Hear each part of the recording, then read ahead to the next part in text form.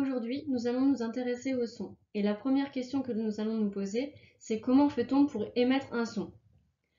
Un son est produit par la vibration d'un objet. C'est par exemple le cas des branches de diapason.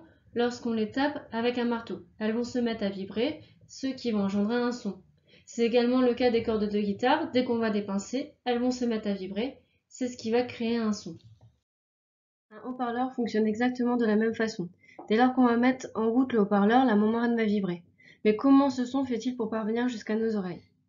On voit sur l'animation que la vibration de la membrane, la vibration mécanique, est transmise à l'air environnant et qu'elle se transmet ensuite de proche en proche. C'est ainsi que le son parvient jusqu'à nos oreilles. On comprend donc bien également que le son pour se propager a besoin d'un milieu matériel, c'est-à-dire qu'il ne se propage pas dans le vide. Le son qui est créé grâce à la vibration a en général une intensité très faible, et donc pour pouvoir le percevoir correctement, il faut qu'on l'amplifie. C'est le rôle des caisses de résonance que l'on trouve sur les instruments. Par exemple, le corps d'une guitare constitue une caisse de résonance qui a pour objectif d'amplifier le son. C'est pareil, c'est exactement la même chose pour la clarinette. Son corps constitue une caisse de résonance qui amplifie le son. C'est également le cas de la caisse en bois que l'on trouve en dessous des branches du diapason. Son rôle est d'amplifier le son. Et la voix, comment est-ce que cela fonctionne?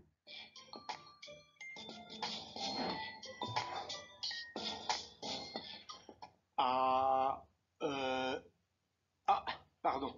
J'étais en train de chauffer ma voix justement pour vous expliquer comment elle fonctionne. Le son, c'est de l'air qui vibre. Regardez. La corde vibre. Les vibrations se propagent dans l'air et sont amplifiées par la caisse de résonance de la guitare. Eh bien, la voix, c'est exactement la même chose. C'est de l'air qui vibre. Et pour faire vibrer cet air, nous utilisons nos cordes vocales. Voyons ça de plus près.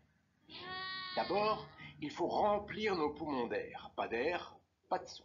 Puis, on expulse l'air. Les poumons se vident, l'air remonte par la trachée jusqu'à la gorge, le larynx, précisément où se trouvent les fameuses cordes vocales. Il y en a deux, disposées à l'horizontale en travers du larynx. En réalité, ce ne sont pas des cordes, mais deux muscles qui s'ouvrent et se ferment. Lorsqu'on respire, elles s'ouvrent pour laisser passer l'air. Quand on parle, elles se referment. L'air que nous expulsons à ce moment-là fait pression sur les cordes vocales qui se mettent à vibrer. Ce son que nous venons de créer passe ensuite par la gorge et la bouche. C'est notre caisse de résonance à nous. C'est aussi là que nous sculptons le son. Nous articulons grâce notamment à notre langue et à nos lèvres. Démonstration: A, E, I, O, U. Et certains d'entre nous sont de très très bons sculpteurs.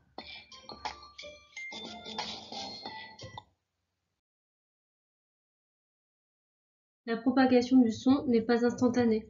Le son se propage à une certaine vitesse. Cette vitesse est aussi appelée célérité. Et comme vous le voyez, elle dépend du milieu dans lequel se propage le son.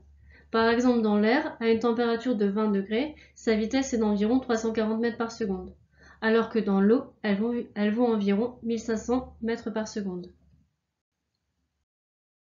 Pour calculer sa vitesse, on peut utiliser la relation C pour célérité égale D sur T.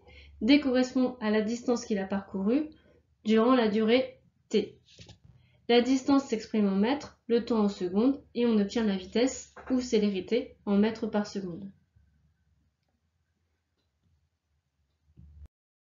Comment fait-on pour voir un son et pouvoir l'analyser? Il faut pour cela se munir d'un micro.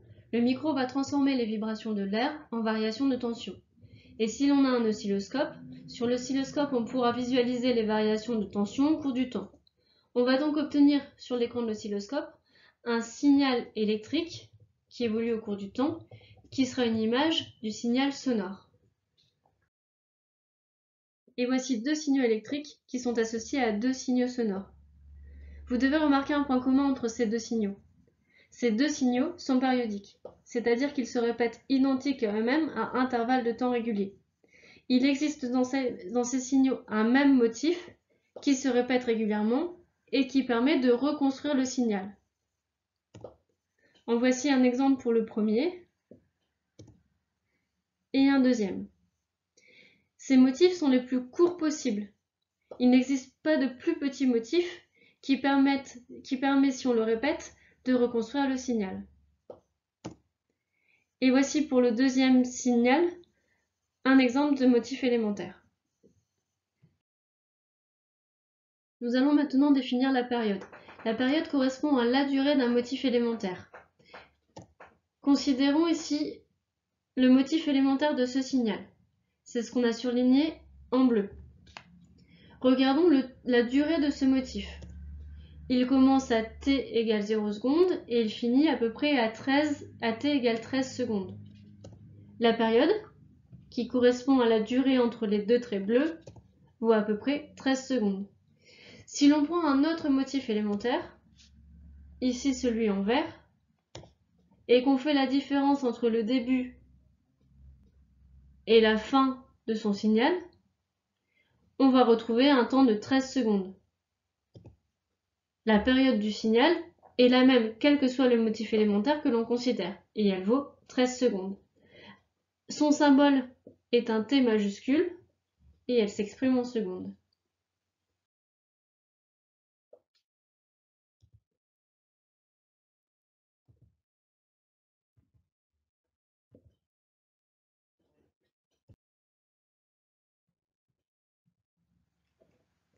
La fréquence, grandeur que vous avez déjà vue au collège, correspond au nombre de motifs élémentaires qui se répètent en une seconde.